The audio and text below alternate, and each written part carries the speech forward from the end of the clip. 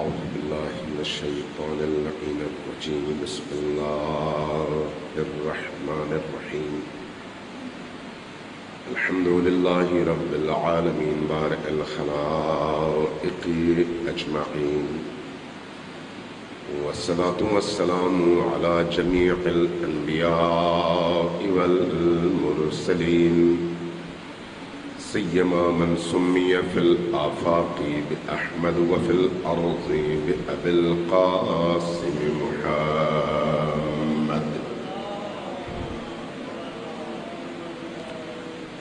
والصلاة والسلام على أولاده الطيبين الطاهرين المعصومين الميامين، واللعنة الدائمة على أعدائهم أجمعين.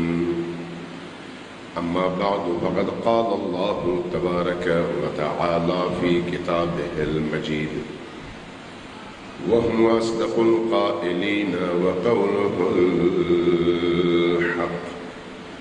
بسم الله الرحمن الرحيم. إنما وليكم الله ورسوله والذين آمنوا صلوات.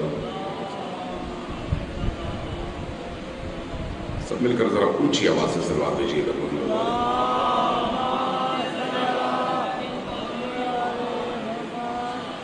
ایک دفعہ پھر محمد و آل محمد کی خوشنودی کے لیے وعجل فرجہم کے ساتھ بلند آواز سے درود کیجیے.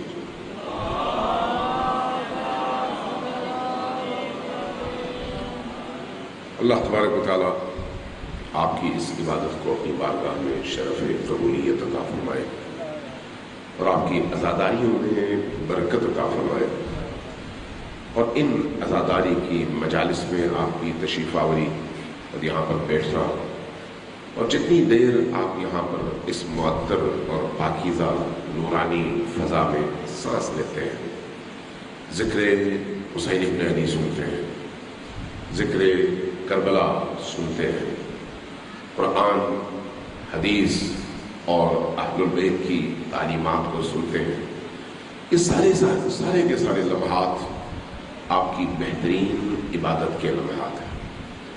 اللہ تبارک و تعالیٰ ان عبادات کو ضرور قبول کرتا ہے، اس لیے یہ بے لوث عبادت ہے، یہ بغیر کسی لالچ کے عبادت ہے. جب آپ آنسو بہاتے ہیں حسین ابن علی علیہ السلام پر، جب آپ اہل البیت علیہ السلام پر آنسو بہاتے ہیں، تو آنسو آپ کسی لالچ میں اور تما میں نہیں بہاتے، اس لیے کہ آنسو بہانے کے لیے اندر کی طہارت اور اندر کی پاکیزگی، اندر کی نورانیت چاہیے. ایسا نہیں ہے کہ آپ کا جی چاہے تو آپ روئیں اور جی نہ چاہے تو نہ روئیں. ابھی اگر کوئی آپ سے کہے کہ میں آپ کو 1,00,000 روپیہ دیتا ہوں، آپ ذرا رو کر دکھاؤ، آپ رونے کا ناٹک تو کر سکتے ہیں لیکن رو نہیں سکتے. کیوں؟ اس لیے کہ رونے کا تعلق انسان کے ایمان سے ہے، انسان کی اس کیفیت سے ہے، انسان کے باطن سے ہے. جب اس کے جذبات مشتعل ہو، جب اس کے جذبات گرم ہو، جب اس کے اندر کی دنیا میں تلاطم ہو، جب اس کے اندر عشق کی حرارت گرم ہو، جب اس کو کسی سے عشق اور کسی سے محبت ہو، اس محبت اور عشق کی وجہ سے جب دل کی تاریں ہلتی ہیں تو نتیجتاً جذبات میں تلاطم آتا ہے، اور جذبات کے اس تلاطم کے نتیجے میں آنکھیں اشکبار ہوتی ہیں. لہذا کسی کے کہنے سے آنسو نہیں آتے، کسی لالچ میں آنسو نہیں آتے. آنسو نکالنے کے لیے وہ قلبی پاکیزگی، طراوت اور حرارت چاہیے. اس اعتبار سے جب آپ گھر سے نکلتے ہیں، آتے ہیں امام بارگاہ میں، اگر گھر سے نکلتے ہوئے آپ کا ارادہ یہ ہے کہ آپ حسین ابن علی کی بارگاہ میں حاضر ہو سکیں اور وہاں پر پرسہ دے سکیں۔ اگر آپ کا ارادہ یہ ہے کہ آپ بنت نبی حضرت زہرا سلام اللہ علیہا کی بارگاہ میں چند آنسو کے قطروں کے ذریعے سے پرسہ پیش کر سکیں، اگر آپ کا ارادہ یہ ہے کہ اہل البیت کے غم میں آپ شریک ہو کر اس غم کی کیفیت کو خود پر طاری کر سکیں اور اس مسئلے میں آپ آئیں صرف اس غم میں شریک ہونے کے لیے، اس مجلس حسین میں شریک ہونے کے لیے، جب آپ اس پاکیزہ نیت کے ساتھ گھر سے نکلتے ہیں، وضو کر کے نکلتے ہیں، تو جب تک آپ گھر واپس نہیں جاتے آپ کے اٹھائے ہوئے تمام قدم عبادت شمار ہوتے ہیں، تمام آپ کی سانسیں عبادت شمار ہوتی ہیں، تمام آپ کا وہ وقت عبادت شمار ہوتا ہے۔ اس لیے یہ جو آپ کی مجالس ہے، یہ مجالس بابرکت ترین مجالس ہے، بابرکت ترین مجالس۔ ان مجالس میں جس چیز پر غور کی ضرورت ہے، جس چیز کو سمجھنے کی ضرورت ہے، وہ ہے مقصد مجلس، وہ ہے مقصد عزاداری۔ کل گفتگو ہوئی آپ کی خدمت میں کہ ولایت علی ابن ابی طالب ایک ایسا انعام ہے کہ انسان کو اگر اللہ منتخب کرے تو اس نعمت سے نوازتا ہے۔ جب کسی کو اس نعمت سے اللہ نوازتا ہے تو اس کے دل کی دنیا کو آباد کر دیتا ہے، اور نتیجتاً اس کے دل میں ولایت علی اور آل علی کی روشنی جب چمکتی ہے تو اس کے نتیجے میں اس کی زندگی معطر ہو جاتی ہے، اس کی زندگی معطر ہو جاتی ہے، معطر۔ اس لیے یہ یاد رکھیں کہ اللہ کی نگاہ میں ولایت علی سب سے زیادہ قیمتی متاع ہے۔ اس عالم میں جتنی بھی اللہ کی نعمتیں ہیں، ان تمام نعمتوں کو اگر آپ تولنا چاہیں تو آپ شاید تول سکیں، لیکن جب ولایت علی کی باری آئے گی تو اس کو کوئی شخص تول نہیں سکتا۔ وجہ کیا ہے؟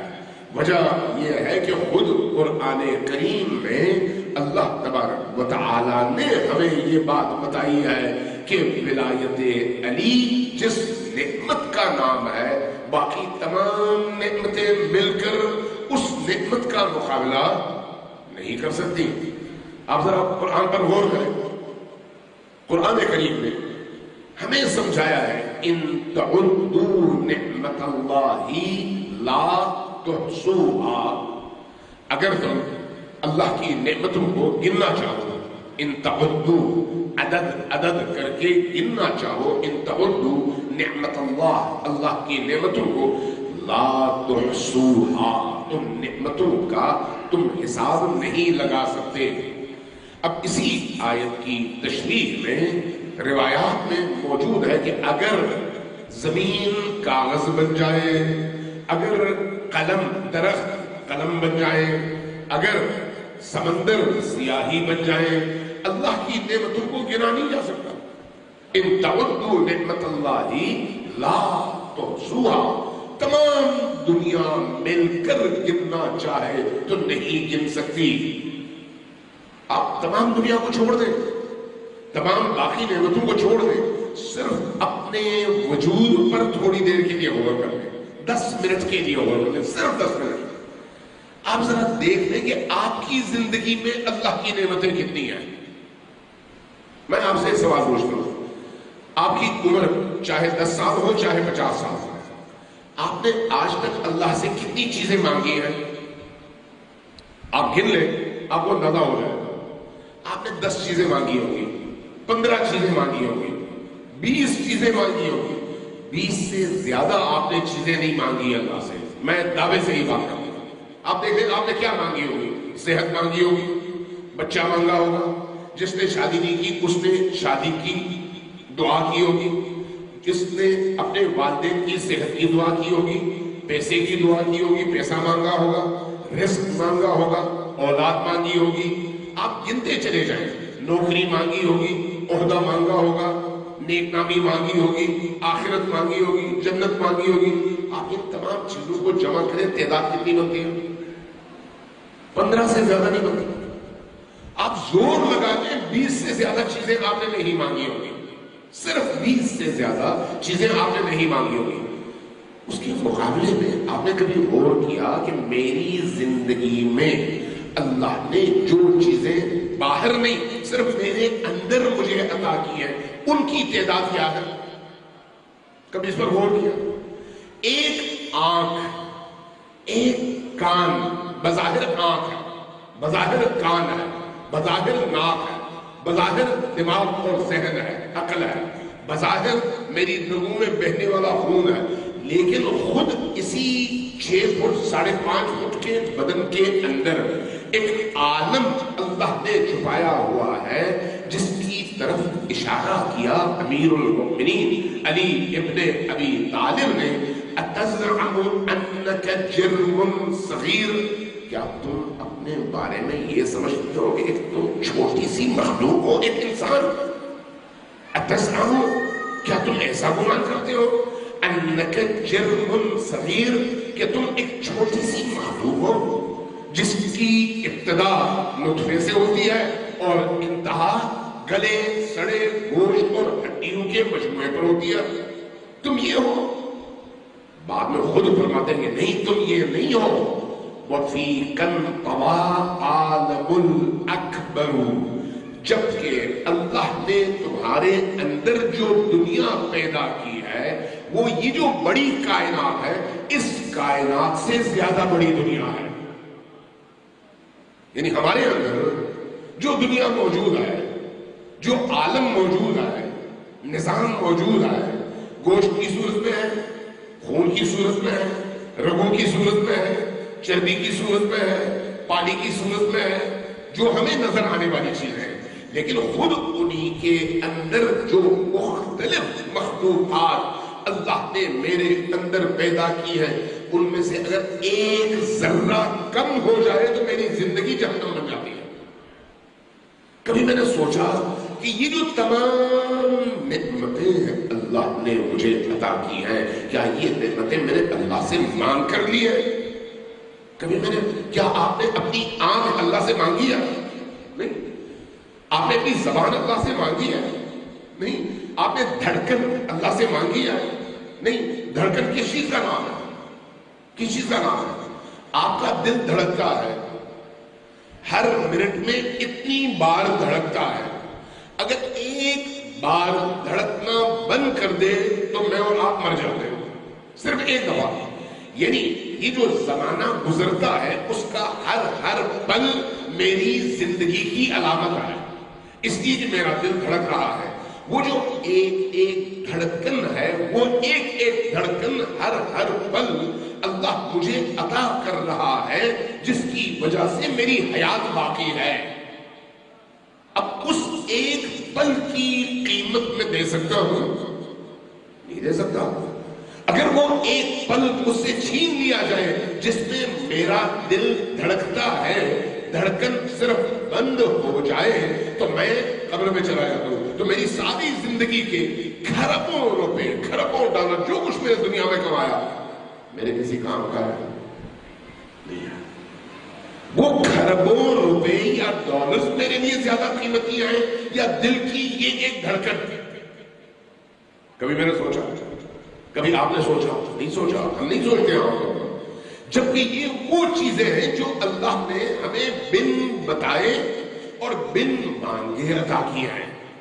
کبھی ہم نے یہ چیزیں نہیں مانگی اللہ سے، کبھی ہم نے یہ دعا نہیں کی کہ خدایا میری نگاہوں میں، آنکھوں میں یہ جو روشنی ہے، ایک چھوٹا سا ذرہ چمکتا ہے ایک ستارے کی طرح سے، یہ اگر چھن جائے تو میں نابینا ہو جاؤں۔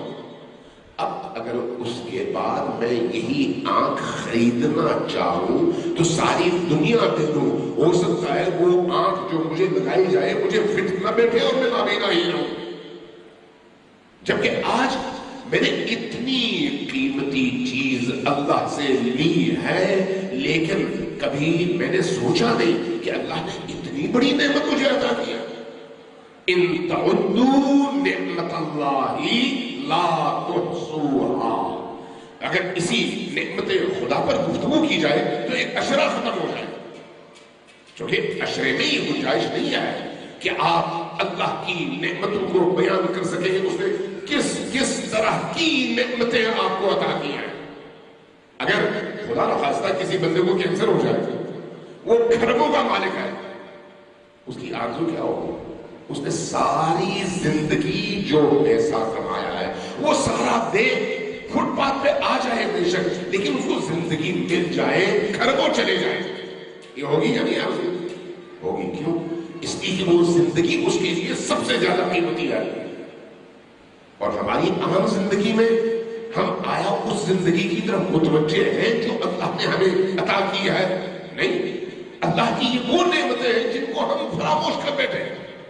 کبھی ہمارے ذہن میں یہ خیال تک نہیں آیا کہ اللہ نے کتنی عظیم نعمتوں سے ہمیں نوازا ہے، کتنی عظیم۔ اس لیے قرآن میں اللہ نے ہمیں مخاطب کیا، ان تعدوا نعمت اللہ لا تحصوها، اگر تم اللہ کی دی ہوئی نعمتوں کو گننا چاہو تو تم گن نہیں سکتے۔ بات ہو رہی تھی نعمت ولایت کی، اب ان تمام نعمتوں کو اس پر اگر کبھی توفیق ملے تو میں ذرا مزید اس کو کھولوں گا، لیکن آج اسی ولایت کے موضوع پر ذرا غور۔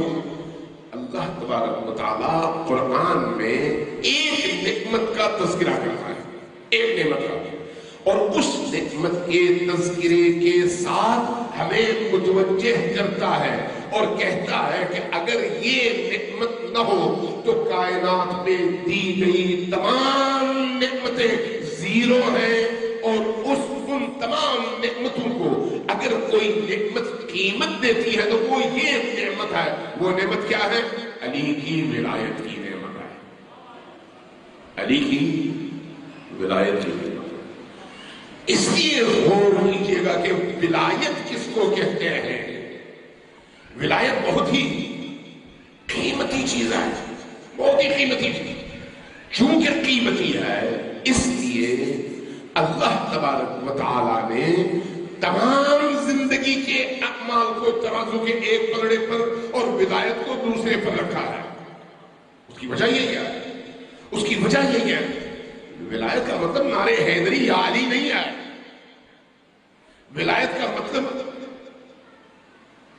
ایک خاص کیفیت میں مبتلا ہو جانا نہیں ہے، ولایت کا مطلب ذات علی میں گم ہو کر اپنی حیات، اپنی ممات، اپنی زندگی، اپنی پوری ہستی اللہ کے اس ولی کے ہاتھ میں دینا کہ اے علی آپ ہی میرے مالک ہیں، جو آپ چاہیں گے ویسا میں کروں گا۔ یہ ولایت ہے، یہ نہیں ہے کہ میں یا علی کہوں گا اس کے بعد یا علی آپ نے مجھے یہ دینا ہے، یہ دینا ہے، یہ دینا ہے، یہ دینا ہے۔ علی پر احسان کرنا نہیں ہے کہ یا علی میں نے آپ کو مان لیا، اب آپ میری یہ کمی بھی پوری کریں، وہ کمی بھی پوری کریں، یہ حاجت بھی پوری کریں، وہ حاجت بھی پوری کریں، اس لیے کہ میں نے نعرہ حیدری لگا دیا اور آپ سے محبت کا دعویٰ کیا ہے۔ نہیں، یہ ولایت نہیں ہے۔ ولایت یہ ہے کہ علی جو اللہ کی تخلیق کا اس عالم میں عظیم ترین شاہکار ہے، اللہ کی تخلیق، اللہ کی تخلیق میں اگر علی کو ہٹا دیا جائے تو آپ کو تعجب ہوگا کہ یہ عالم اگر نورانی ہے تو علی کی ذات، اس عالم میں اگر حیات ہے تو علی کی اسی نورانیت اور ولایت کی وجہ سے۔ لہذا علی کی ولایت کی جو نعمت اللہ تبارک و تعالیٰ نے مجھے دی ہے وہ اتنی قیمتی ہے کہ اس نعمت کی قبولیت کے نتیجے میں سب کچھ ملتی ہے، ہر چیز ملتی ہے، اور اگر وہ نعمت موجود نہ ہو تو سب کچھ ہوتے ہوئے بھی انسان زیرو ہے، زیرو۔ آپ ذرا غور کریں،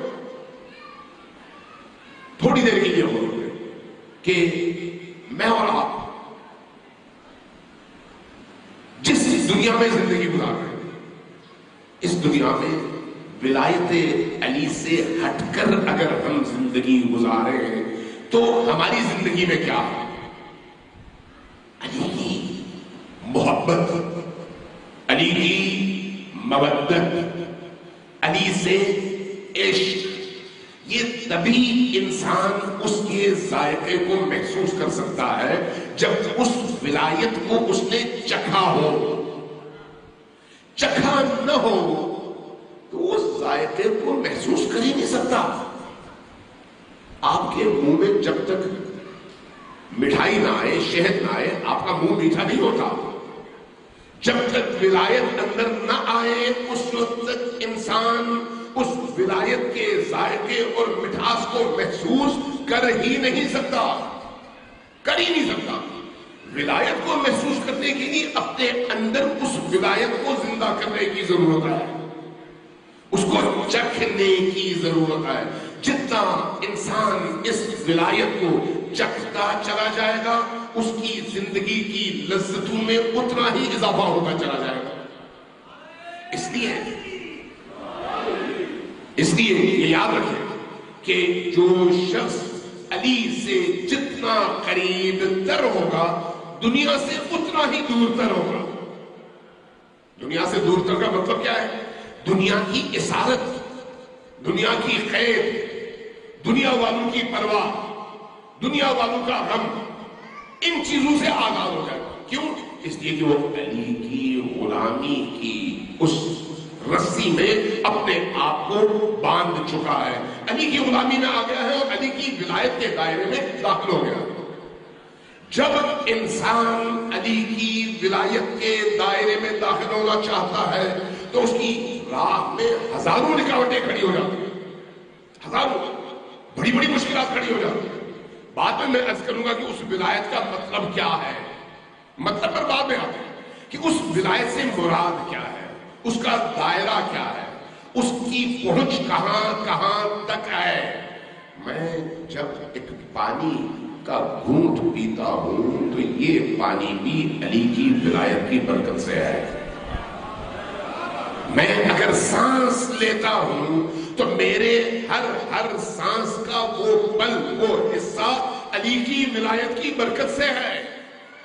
یہ ایک وسیع دائرہ ہے انسان کی زندگی میں، اس لیے اس کو سمجھنے کی ضرورت ہے۔ لیکن میں آ رہا ہوں اس وقت کہ خود علی کی ولایت کتنی بڑی نعمت ہے جو اللہ تبارک و تعالیٰ نے مجھے اور آپ کو عطا کیا ہے۔ جتنی قیمتی یہ ولایت ہے اتنا ہی اس کو سنبھالنا بھی مشکل ہے۔ ایک دفعہ سلوات بھیجیے محمد وآل محمد۔ نہیں، آپ کی سلوات کی آواز ایسی نہیں ہے جس پر رش کیا جائے، ذرا اونچی آواز سے سلوات بھیجیے۔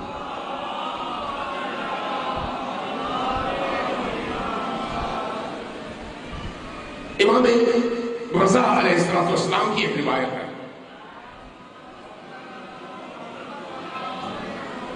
یہ آپ کی سلوات کیوں اتنی دھیمی ہے، کچھ پڑھتے ہیں کچھ نہیں پڑھتے۔ بھئی سلوات سنیں، پہلے میں سلوات کے بارے میں 2 جملے عرض کروں۔ یہ جو درود ہے نا، یہ درود اس عالم میں جتنی عبادات مستحب موجود ہیں ان تمام مستحب عبادات میں سب سے بہترین عبادت کا نام درود اور سلوات ہے۔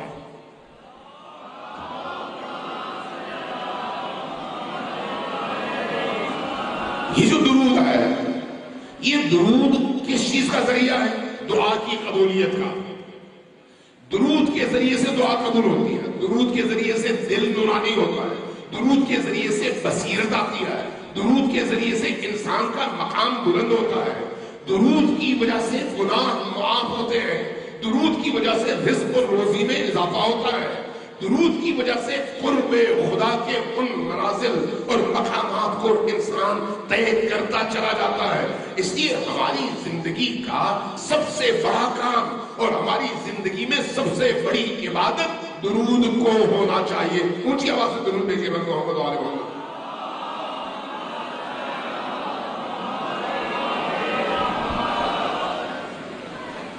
آپ ذرا غور کریں کہ امام رضا علیہ السلام جب نیشابور تشریف لے گئے تو لوگوں نے کہا کہ یا ابن رسول اللہ، آپ نبی کریم کی کوئی ایک حدیث ہمیں سنا دیں، اور شاید آپ اس تاریخ میں پڑھوں تو بہت دور نکل جاؤں گا۔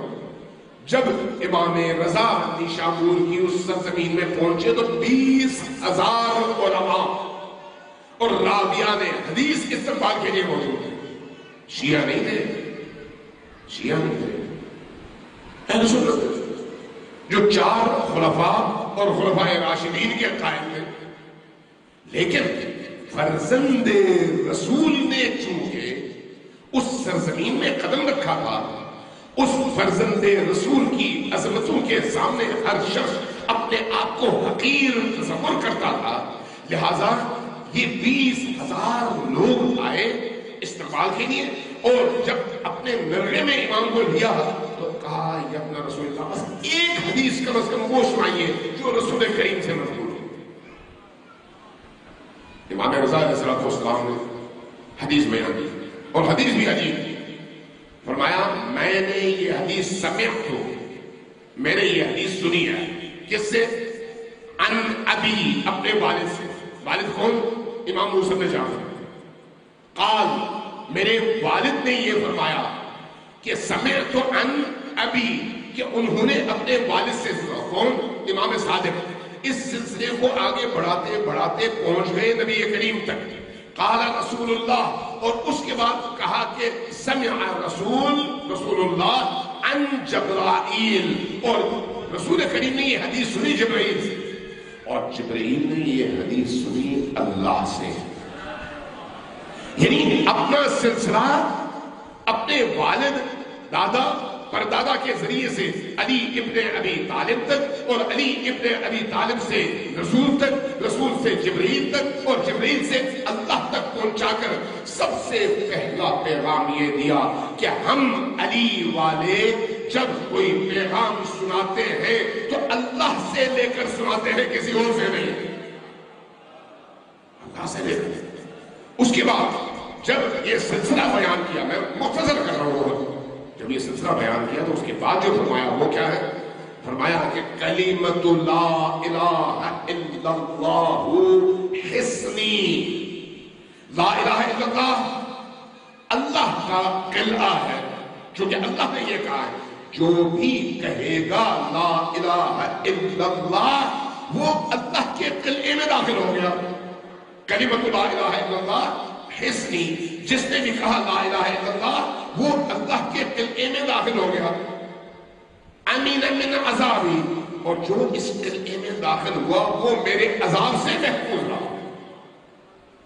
کس نے کہا؟ اللہ نے۔ کس سے؟ جبرائیل سے۔ جبرائیل نے رسول سے، رسول نے علی سے، علی نے حسن اور حسین سے، ان دونوں نے امام سجاد سے، امام سجاد نے امام باقر سے، امام باقر نے امام صادق سے، امام صادق نے امام موسیٰ بن جعفر سے، امام کاظم سے، امام کاظم نے امام رضا سے، اور امام رضا نے ان 20,000 راویوں سے۔ سلسلہ دیکھیں۔ اس لیے اہل سنت علماء اس حدیث کے بارے میں، جو کہ تمام عالم اسلام کی نگاہ میں یہ حدیث متفق علیہ حدیث ہے، اس کی اس حدیث کو کہتے ہیں حدیث و سلسلۃ الذہب، وہ حدیث جس کا سلسلہ سونے سے لکھا گیا سلسلہ، اس لیے کہ کوئی غیر معصوم اس حدیث کی روایت کے سلسلے میں موجود ہے ہی نہیں، صرف معصومین سے۔ آگے کیا فرمایا؟ جب ایک آیت نازل ہوئی، ذرا صلوات بھیجیے محمد و آل محمد۔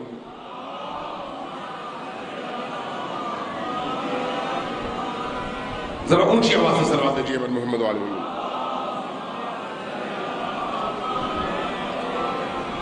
نہیں، آپ کی آواز ذرا دھیمی ہے، صلوات کی آواز اونچی ہونی چاہیے۔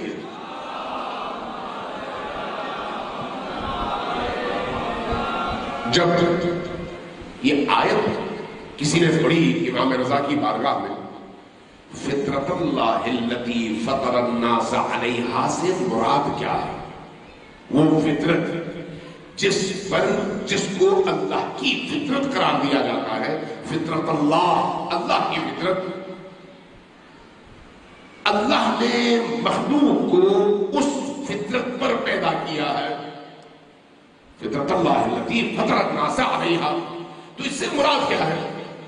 امام رضا نے بڑی عجیب بات کی، عجیب جملہ ارشاد فرمایا، فرمایا لا الہ الا اللہ فطرت اللہ التی کا آغاز ہے، محمد الرسول اللہ اس فطرت اللہ التی کا وسط اور درمیانی حصہ ہے، علی ولی اللہ اس فطرت اللہ التی فطر الناس علیہا کا اختتام ہے۔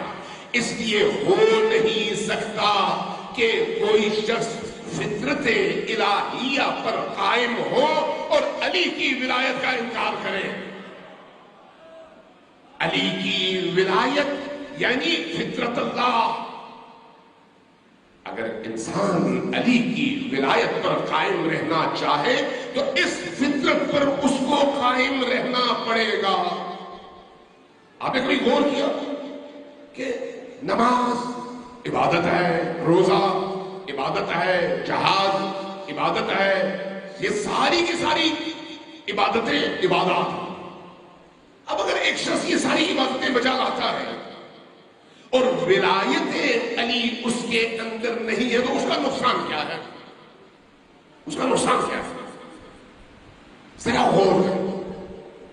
علی کی ولایت یعنی یہ جو اللہ کی نعمت ولایت ہے، اس کی حیثیت کیا ہے معاشرے میں اور انسانی معاشرے میں؟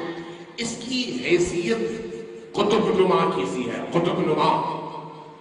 اگر بحری جہازوں کو دیکھیں جو سمندروں میں حرکت کرتی ہیں، ان جہازوں کو اپنی منزل مقصود تک پہنچنے کے لیے جس راہنما مشین کی ضرورت ہوتی ہے اس کو آپ کہتے ہیں قطب نما۔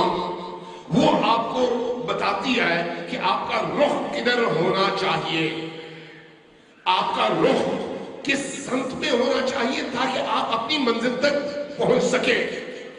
اللہ نے عبادتیں مجھ پر فرض کی ہیں، روزہ مجھ پر فرض کیا، نماز کو مجھ پر فرض کیا، حج کو مجھ پر فرض کیا، قرآن کی باقی جتنی بھی آیات ہیں ان پر غور کریں، جتنے بھی فرائض ہیں، یہ فرائض آیا مجھے خدا تک پہنچا سکتے ہیں یا نہیں؟ کبھی نہیں پہنچا سکتے۔ آپ کہیں گے کیسے نہیں پہنچا سکتے، یہ عبادتیں ہیں؟ نہیں، یہ عبادتیں تب اللہ تک پہنچا سکتی ہیں جب ان عبادتوں کا قطب نما درست ہو، اور قطب نما کا نام علی ابن ابی طالب ہے۔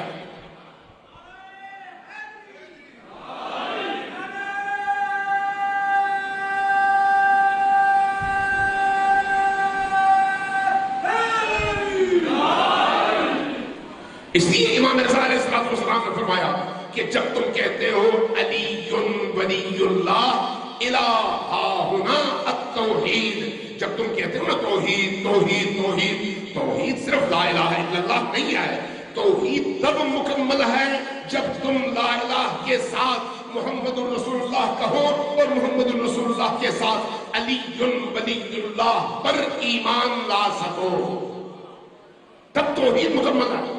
کل میں نے آیت الکرسی کے حوالے سے آپ کے سامنے وہ احادیث بھی بیان کر دی اور خود مفہوم میں آیت بھی آپ کے سامنے رکھی ہے۔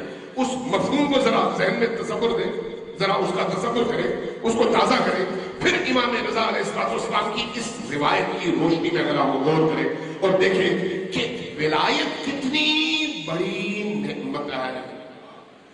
عبادت کیا کرتی ہے اور ولایت کیا کرتی ہے، اس پر سوچیں۔ ٹائم ختم ہو گیا چونکہ مجھے ایک اور جگہ مجلس کے لیے جانا ہے اور مجھے وہاں پر 10 بجے بیٹھنا تھا۔ آج ہماری مجلس ہو گئی لیٹ بارش کی وجہ سے، تو میں آج یہیں پر گفتگو ختم کرتا ہوں۔ کل یہیں سے ہم شروع کریں گے کہ ولایت کا کیا رول ہے انسان کی زندگی میں اور عبادت کا کیا کردار ہے انسان کی زندگی میں۔ آیا عبادت انسان کو منزل مقصود تک پہنچا سکتی ہے یا نہیں پہنچا سکتی، اور ولایت اس عبادت کے بغیر کیا کرتی ہے، اس عبادت کے ساتھ کیا کرتی ہے، وہ عبادت ولایت کے بغیر کیا کرتی ہے اور ولایت کے ساتھ کیا کرتی ہے۔ اس کا اگر ہمیں جواب مل جائے تو ہم کربلا کو بھی سمجھ سکتے ہیں اور علی ابن ابی طالب کے رستے کو بھی سمجھ سکتے ہیں۔ صلوات بھیجیے گا محمد علیہ وسلم۔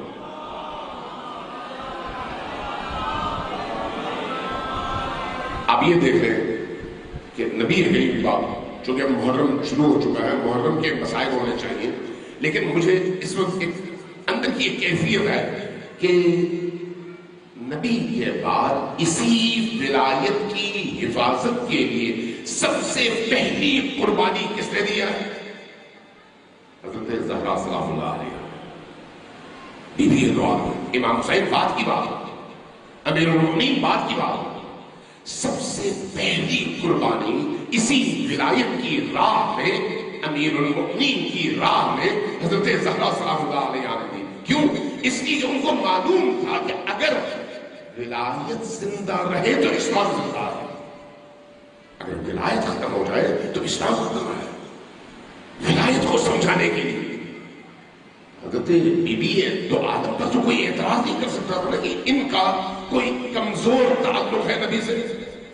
نبی کریم کے بعد ان کی زندگی کی سب سے قیمتی ترین متاع کا نام فاطمہ الزہرا سلام اللہ علیہا، اس ہستی نے جو قربانی دی اور جام شہادت نوش کیا اور اپنی شہادت کے نتیجے میں تمام دنیا کے سامنے کئی سوال چھوڑ دیے، کئی سوال، ان سوالات کا جواب جو بھی تلاش کرنا چاہے نتیجتاً خود بخود ولایت کے دروازے پر آ کر اپنی پیشانی جھکا لیتا ہے۔ بی بی دو عالم حکیمیہ عالم تھی، حکیمیہ عالم، لہذا بی بی نے وہ کام کیا اس قربانی کے نتیجے میں۔ آپ دیکھیں کتنی بڑی بڑی مصیبتیں آئیں بی بی دو عالم، کتنے بڑے بڑے امتحانات سے گزری بی بی دو عالم۔ کون فاطمہ؟ وہ فاطمہ جس کے بارے میں قرآن نے کہا وَمَا أَدْرَاكَ مَا لَيْلَةُ الْقَدْرِ، تم کیا جانو لیلۃ القدر کیا ہے؟ اور جب اس آیت کی تفسیر پوچھی گئی تو صادق آل محمد نے فرمایا تم کیا جانو فاطمہ کیا ہے؟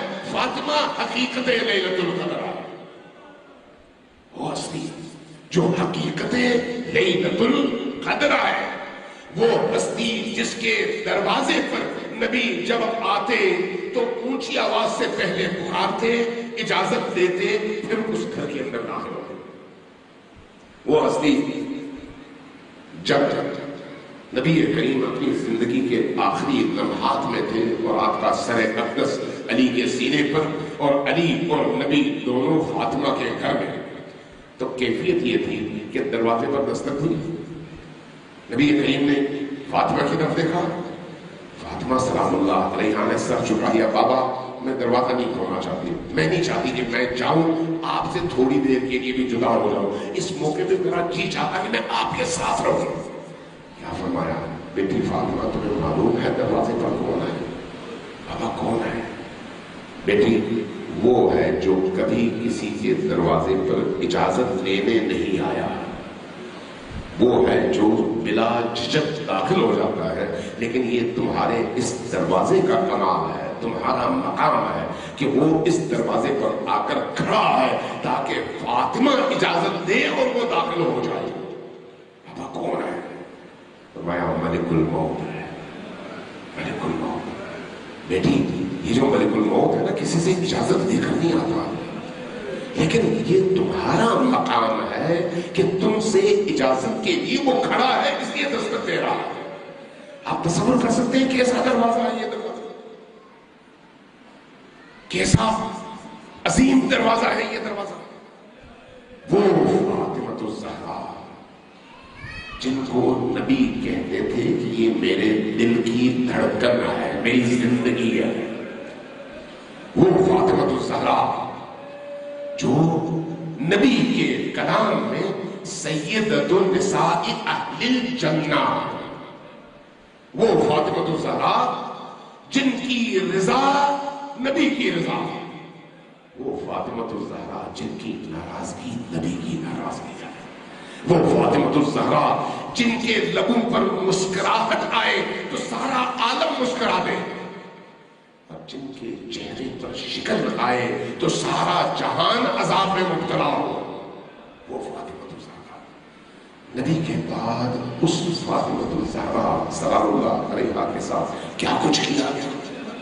آپ سوچ سکتے ہیں کہ وہ فاطمہ خود یہ کہے صبت علی المصائب لو انہا صبت علی الایام سرنا لیالیا، کہ اگر یہ مصیبتیں دن کی روشنی پر پڑتی جو مجھ پر پڑی ہے تو دن کی روشنی رات کی تاریکی میں تبدیل ہو جاتی۔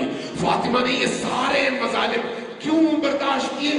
اس لیے کہ علی کی ولایت کا دفاع کر سکے، علی کی ولایت کا دفاع کر سکے۔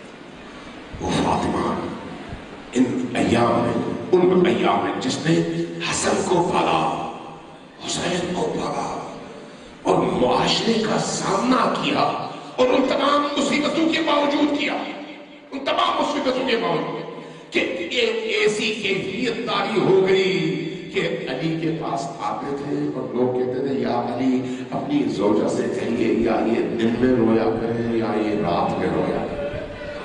اتنا روتی ہے، اتنا گریہ فرماتی ہے کہ نہ ہمیں دن میں سکون ملتا ہے نہ رات میں سکون ملتا ہے۔ علی نے کیا کیا؟ قبرستان بقیع کے کونے میں لے جا کر ایک کمرہ بنا دیا کہ فاطمہ یہ امت اب اتنا نیچے آ چکی ہے کہ آپ کا گریہ بھی اس امت سے برداشت نہیں ہوتا، آپ آ کر یہاں پر رو لیا۔ بیت الاحزان، رونے کا گھر۔ وہ فاطمہ اسماء بنت امیس کہتی ہے کہ ایک دن میں نے فاطمہ کے چہرے پر بڑی بشاشت اور تازگی دیکھی۔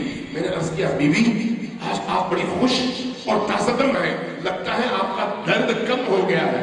فرمایا نہیں اسماء، آج وہ دن ہے جب میں نے اپنے بابا کی بارگاہ میں حاضری دینی ہے، اس لیے میں خوش ہوں۔ بی بی آپ جا رہی ہیں؟ فرمایا ہاں۔ حسن کو، حسین کو، کلثوم کو، زینب کبریٰ کو، ان سب کو نہلایا دھلایا، نئے کپڑے پہنائے اور اسماء کے سپرد کیا، اور اس کے بعد عجیب کیفیت تھی۔ فرمایا اسماء میں اپنے حجرے میں جا رہی ہوں، کچھ دیر بعد آواز دینا، اگر جواب ملے تو سمجھ دینا کہ میں ہوں، اگر جواب نہ ملے تو سمجھ جانا کہ اب میں نہیں ہوں، جا کر علی کو خبر کر دینا۔ جب اسماء مستعد ان بچوں کو اپنے سینے سے لگا کر انتظار کی گھڑیاں گر رہی ہے، لیکن یہ قیامت کی گھڑیاں ہیں جو اصحاب پر گزر رہی ہے۔ اس قیامت کی گھڑی میں کچھ دیر گزری، آواز دی، بی بی دروازے پر دستک دی، جواب نہیں ملا۔ جیسے ہی جواب نہیں ملا اسماء کہتی ہے میں رونے لگی، روتے ہوئے میرے حسن سے کہا، حسین سے کہا کہ خادم کے ساتھ جائیں اور علی کو بتائیں کہ بی بی چلی گئی۔ جب یہ منظر ان بچوں نے دیکھا ہوگا تو کیسی کیفیت ہوگی، لیکن عجیب ہے کہ جب یہ بچے مسجد میں آئے اور علی کی بارگاہ میں پہنچے، مسجد نبوی میں، علی بیٹھے ہوئے تھے مسجد میں، علی سے کیا کہا؟ اچانک آواز بلند ہوئی حسن مجتبیٰ کی، یا ابانا قد ماتت امنا، ابا جان ہماری والدہ چلی گئی۔ جیسے یہ جملہ سنا علی ایک جھٹکے سے اٹھے، لیکن پھر ان سے رہا نہیں گیا، ایک چیخ کی آواز علی کے گلے سے نکلی، علی زمین بوس ہو گئے۔ وہ علی جس نے خیبر کو اکھاڑا اور ان کے قدم نہ ڈگمگائے، آج فاطمہ کی شہادت کی خبر اور واپس جانے کی خبر نے علی کو اس مقام پر پہنچایا۔ علی گر پڑے، علی کو سہارا دیا گیا، گھر میں لایا گیا۔ اسماء کہتی ہیں کہ جب علی داخل ہوئے اور حضرت زہرا سلام اللہ علیہا کے سرحانے آئے تو علی اشک بہا رہے ہیں، یہ چاروں بچے لیکن اب یتیم کہلاتے ہیں، علی کے کنارے بیٹھے ہوئے، علی مخاطب ہے فاطمہ الزہرا سے، فاطمہ آواز دے رہے ہیں لیکن جواب نہیں مل رہا۔ جب دیکھا جواب نہیں مل رہا، ایک دفعہ علی رونے لگے، روتے ہوئے اونچی آواز سے فرمایا فاطمہ میں علی ابن ابی طالب ہوں، مجھے جواب تو دو۔ جیسے ہی آواز بلند ہوئی فاطمہ کی آنکھ کھلی، علی کے چہرے کی طرف دیکھا، پھر علی سے راز و نیاز فرمانے لگی اور علی کو کچھ وصیتیں کی۔ پہلی وصیت کیا ہے اس مظلومہ بی بی کی؟ پہلی وصیت ذرا غور کیجئے، علی جب میں مر جاؤں تو میرا جنازہ جب اٹھانے لگو تو ان مسلمانوں کو میرے جنازے پہ آنے نہ دینا۔ کتنی بڑی مظلومیت ہے نبی کی بیٹی کی، کس وجہ سے؟ تاکہ پوری تاریخ تاریخ میں لوگوں کے سامنے سوالیہ نشان رہے کہ نبی کی اکلوتی بیٹی جب دنیا سے جا رہی تھی تو امت سے کیوں کہہ رہی تھی کہ تم میرے جنازے میں شریک نہ ہونا، اور علی سے کیوں کہہ رہی تھی کہ یا علی ان ظالموں کو میرے جنازے میں شریک نہ ہونے دینا۔ دوسری وصیت کیا ہے؟ یا علی جب میرا جنازہ اٹھانا تو رات کی تاریکی میں اٹھانا، دن میں نہ اٹھانا، رات کی تاریکی میں۔ تیسری وصیت کیا ہے؟ یا علی جب مجھے جا کر دفنانا تو ایسی جگہ دفنانا کہ کسی کو پتہ نہ چلے کہ نبی کی بیٹی کہاں دفنا ہے، تاکہ قیامت تک سب یہ سوال پوچھے کہ نبی کی بیٹی کے ساتھ ہوا کیا جس کی وجہ سے نبی کی بیٹی اتنی ناراض ہو کر گئی دنیا سے۔ وصیت پوری ہوئی، فاطمہ چلی گئی، اسماء کہتی ہے میں روتی رہی۔ علی ابن ابی طالب نے غسل کا اہتمام فرمایا، اور جب غسل کا اہتمام کر رہے تھے ان بچوں سے، اسماء راویہ ہے کہتی ہے کہ ان بچوں سے علی نے کہا بچوں اپنی رونے کی آواز دھیمی رکھنا، اونچی آواز سے نہ رونا، تاکہ کسی کو پتہ نہ چلے کہ اس گھر میں ماتم ہوا ہے، تاکہ کوئی اس جنازے کی طرف نہ آئے۔ منظر یہ تھا کہ بچے رو تو رہے تھے لیکن چھوٹے چھوٹے بچے سسک سسک کر اس طرح سے رو رہے تھے کہ ہاتھ اور دامن منہ پہ تھا، اور گھٹن کے ساتھ اس طرح سے رو رہے تھے کہ آواز بھی نہ نکلے اور بچے رو نہیں سکے۔ اس کیفیت میں بچے رو رہے ہیں۔ اچانک اسماء کہتی ہے کہ میں نے اچانک دیکھا کہ علی کے چیخ کی آواز بلند ہوئی، علی کے چیخنے کی آواز جیسے ہی بلند ہوئی میں نے دیکھا علی اٹھے جنازے کے اوپر سے، دیوار کی طرف گئے، دیوار کا سہارا لیا اور زاروں قطار رونے لگے۔ مجھے بولا آپ کیوں رو رہے ہیں؟ آپ نے تو بچوں کو ابھی کہا تھا کہ بچوں اپنے رونے کی آواز نیچی رکھو۔ فرمایا اسماء میں فاطمہ کو غسل دیتے دیتے میرا ہاتھ اس مقام سے ٹکرایا جہاں پر آپ کے پہلوں کی ہڈیاں ٹوٹی ہوئی تھی۔ ان ٹوٹی ہوئی ہڈیوں پر جیسے ہی میرا ہاتھ لگا مجھے محسوس ہوا کہ فاطمہ کتنی اذیت میں رہی اور اس اذیت میں اس نے کیسے یہ زندگی گزاری۔ علی کہتے ہیں کہ اس کیفیت میں مجھ سے رہا نہیں گیا۔ اب اسماء راویہ ہے کہتی ہے کہ میں نے دیکھا حسن رو رہے ہیں، حسین رو رہے ہیں، زینب و کلثوم رو رہی ہیں، میں نے دیکھا حسن زیادہ رو رہے ہیں، اونچی آواز سے رو رہے ہیں۔ میں نے حسن سے کہا بیٹا حسن تم بڑے ہو، ذرا دھیمی آواز میں رو تاکہ باقی بچے تمہیں دیکھ کر ان کا حوصلہ ختم نہ ہو، وہ زیادہ چیخ کر اونچی آواز سے نہ روئے۔ حسن نے ایک جملہ کہا لیکن یہ جملہ ایسا جملہ ہے کہ کلیجہ کٹ کر منہ کو آنے لگتا ہے۔ کیا کہا؟ کہا اماں حسن نے جو دیکھا ہے چھوٹے بچوں نے وہ نہیں دیکھا۔ پوچھا کیا دیکھا تم نے؟ کہا کہ اماں حسن نے جو دیکھا دعا کرے اللہ کسی بیٹے کو وہ منظر نہ دکھائے جو ایک بیٹا اپنی ماں کے حوالے سے دیکھنا چاہتا۔ بیٹا تم نے کیا دیکھا؟ کہا جب میں اپنی والدہ کے ساتھ دربار سے واپس آیا تو ماں کے ہاتھ میں پروانہ فدق تھا۔ جب ہم کوچے بنی ہاشم میں پہنچے تو ایک شقی لعین ابن لعین سامنے آیا اور اس نے رستہ روکا، پوچھا، جب اس کو پتا چلا کہ ہاتھ میں پروانہ فدق ہے چھیننا چاہا۔ میری والدہ نے جب روکنا چاہا تو اس ظالم کا ہاتھ بلند ہوا، جب وہ بلند ہاتھ نیچے آیا تو میری والدہ کے چہرے پر اپنا نشان چھوڑ کر اس طرح سے گزرا کہ میری والدہ زمین پر گری اور پھر اٹھ نہ سکی۔ جب میری والدہ روتے ہوئے سہارا لینے لگی تو ایک ہاتھ دیوار پر تھا، دوسرا ہاتھ پہلوں پر تھا، چہرہ قبر نبی کی طرف تھا، اونچی آواز سے روتے ہوئے پکار رہی تھی بابا جان دیکھیے آپ کی اس امت نے آپ کی بیٹی کے ساتھ کیا سلوک کیا۔